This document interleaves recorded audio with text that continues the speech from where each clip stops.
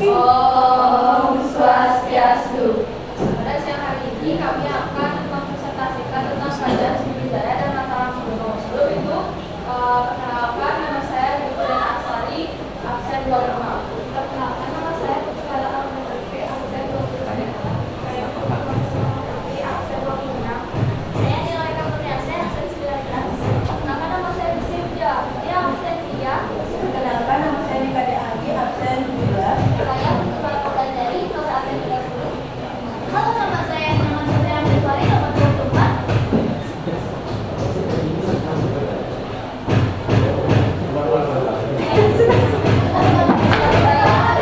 Jadi untuk yang pertama saya akan menjelaskan mengenai asal-usul dari Kerajaan Sriwijaya.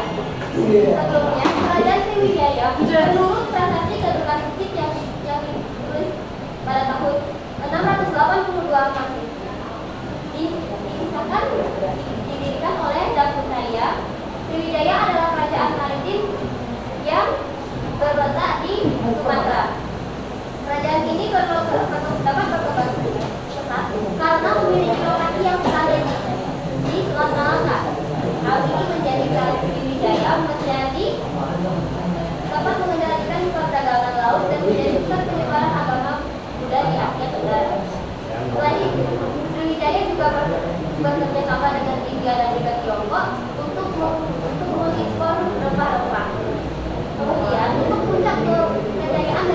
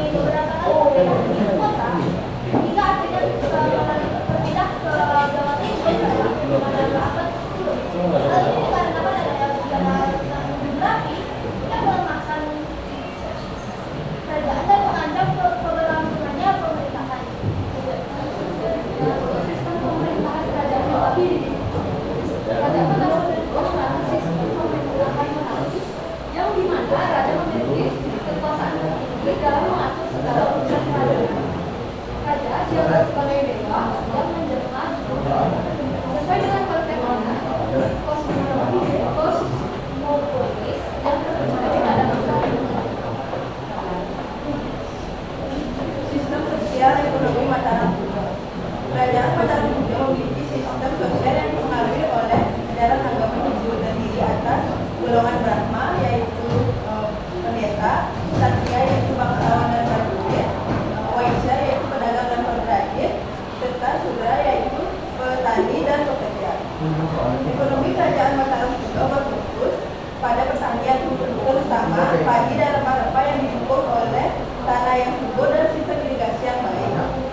Selain itu, komunitas perdagangan juga berkembang dengan masyarakat yang terlibat dalam aktivitas jual beli hasil bumi dan kerajinan tangan. Kerajaan Mataram kuno menerapkan sistem pajak